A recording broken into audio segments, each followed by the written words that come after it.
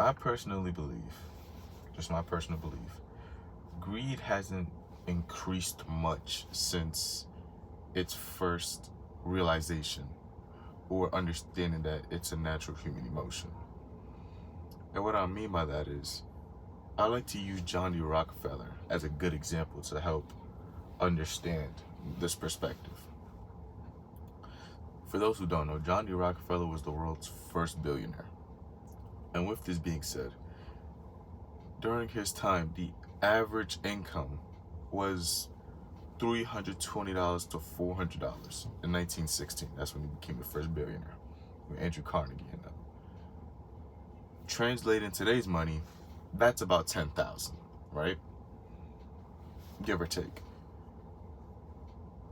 Do we have a bunch of people who have a lot more money than that now? 1,000,000%. We have people that have hundreds of billions. I don't even know how much the highest guy has. I don't look at that stuff. But I can imagine it's a lot of money. But the median income has also increased due to inflation. I'm not here to argue inflation. I'm not here to argue any of that sort. I'm just stating a pure example. With that being said, I believe the invention of capitalism was inevitable. And what I mean by that is, when you prioritize rewarding the person who made the final decision instead of rewarding and sharing the reward with everybody who went into making the decision, capitalism is inevitable. Another example of how I like to think about it, or how it was invented, was somebody was a farmer. Like farmer, he herded cattle. And they kept paying him in food, water, and all this stuff. And then he got a glimpse of a material that he felt held value, or was told held value. And it was like, I want to be paid with that. I don't want this. I want that. I want this monetary item. I want it to be paid in this.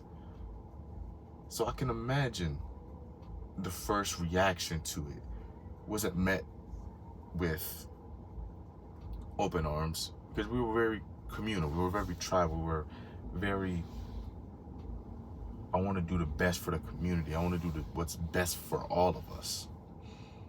So to transfer from I want to do what's best for all my people to I want to do what's best for me, and that could involve even potentially hurting others, I can imagine that wasn't met with open arms, and it had to come at the result of a very negative outcome, or a very negative approach to receive this outcome. Like, I'm in a Tesla right now. You don't get to this point of production without somebody feeling they could enhance it. And how does somebody get the money to enhance car making? Car making is very expensive. How does one even accumulate the wealth to do that? Or how does somebody even accumulate the idea to? Henry Ford, the guy who invented the way to invent cars and continuously do it that way. Is it an innovative idea? Sure. But with that, he continued to promulgate the idea that this is how it should be. This is how capitalism is the way to go. And this is how we should treat each other. Our entire basis of business should be done under this system of capitalism. And I don't believe that so. I don't believe that the way we conduct business and the way that it's done now is the way it should be done. I don't believe it is. I really don't. Because I can't rationalize going from communal to personal. Okay, I can somewhat rationalize that. But to go from that to attacking that communal area, that communal ground that some people share, and force them to believe in this idea that this is how it should be, I can't really rationalize that. I don't really understand it. And I sort of agree with the notion, this might be slightly, but I think it's on topic. I agree with the notion of, if you provide everybody with basic food, water, clothing and shelter, the amount of people who would even have the ambition or the impulse to want to go do something grand or become somebody big in the world would diminish significantly, because there's no need for it. Every thought of becoming somebody big or becoming somebody grand or becoming somebody famous is always, for the most part, met with financial reasons. They get paid a lot, so I want to do this. I don't want to suffer. I don't want to be in the same position, right? Which is understandable. But when it comes at the cost of I have to dedicate my life to this object, to chase it, and in the end I don't even accumulate that much of it, it makes it seem like it's not even worth to do it. But I have to a certain extent. I have to if I want to continue to have housing, have cars, to be able to buy food and buy water. I think most people would rather just continue to pursue their passion for the arts or whatever makes them feel or gets their creativity going. I feel like most people would rather do that than have to go work a job for somebody else. Not saying that they're opposed to working, but they just don't want to work for the payment. They don't want to work this amount of time or dedicate this amount of their life to something time you can't get back, for the reward to be that minuscule. And yes, you have to be appreciative that you get paid. Sure, right? We can agree with that. But the amount of money people are being paid now is ridiculous. I don't believe that you should have a job that you have to go get another one. Like, I don't believe that you can work a job and then you have to go get another job to be able to make ends meet. I personally don't.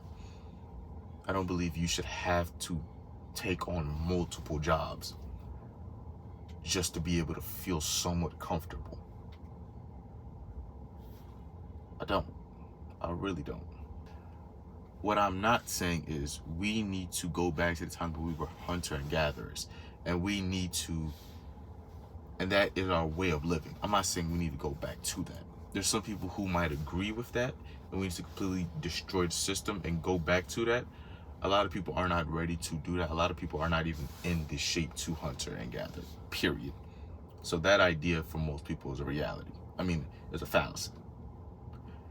What I am saying is the way it is currently set up, it's not set up to make anybody that's not somewhat born into money any form of power. It's not meant for you. And sometimes I question, even if it's possible to destroy a system like this, and what do you do from it? Like, I can agree with the concept of we need working and payment and being able to make a reasonable amount to where you can live your life and you can be comfortable with your family with what you're doing off of a couple checks, right? I can agree with that. But how can you create a job market, I guess you could say, without any form of capitalism? Like, maybe I don't have the best idea or the best concept of it, but I can't imagine or fathom having a job market and having to be employed or being under somebody and capitalism not be a form of, or the way things are conducted being a form of or a branch of capitalism. Like, let's explore the idea that we do go back to being a hunter and gatherer. That would be work, right? With that being said, what will the reward be? It would be it would be shelter, it would be food, it'd be the basic necessities. Greed will still play a part in that role, right?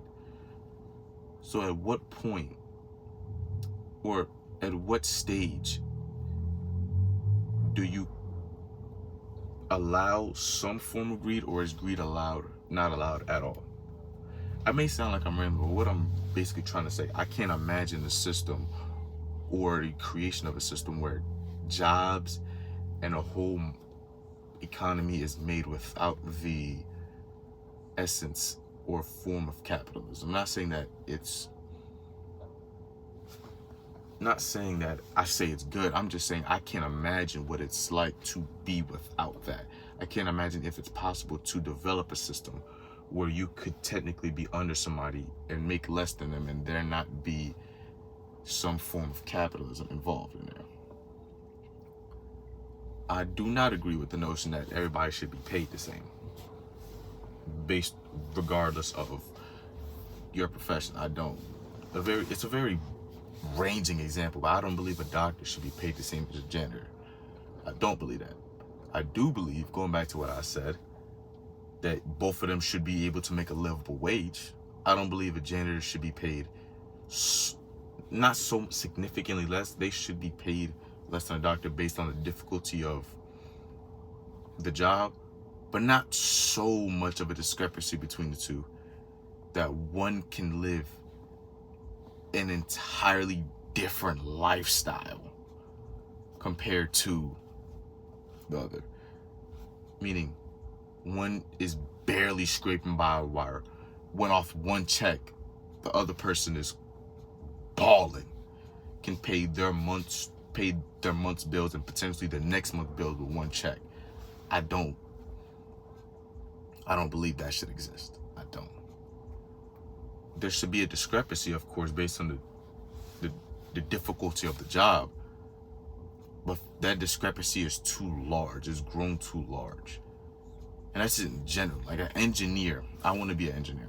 I want to be an architectural engineer. In my state, you could probably make $140,000, $170,000 a year as an engineer, right? Great money. Compared to a teacher, like let's say a sophomore teacher who teaches sophomores.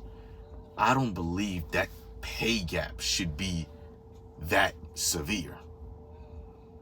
In my state, let's say like base level, let's say 110. Let's say engineer's base 110 and a teacher is base 55,000. The discrepancy between the two is an entirely separate salary. I don't think it should be that large. I don't believe the salary discrepancy between somebody should be so large that if you took the difference, you can go pay another person. Like, I don't believe somebody should make $300,000, right? Let's say somebody makes $300,000 a year, and there's another person who's making $30,000.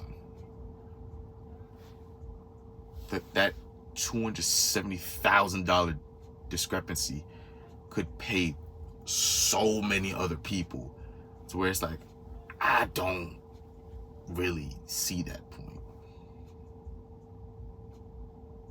But I understand why they're paid that much. I'm not saying they shouldn't be paid more. I'm just saying the discrepancy shouldn't be that much. That's what I'm basically trying to instill. But that's basically what I've been trying to get at. Or that's basically what I've been, I guess, understanding. So yeah. Thank y'all if you could understand what I was trying to get at. And I'll see y'all next week.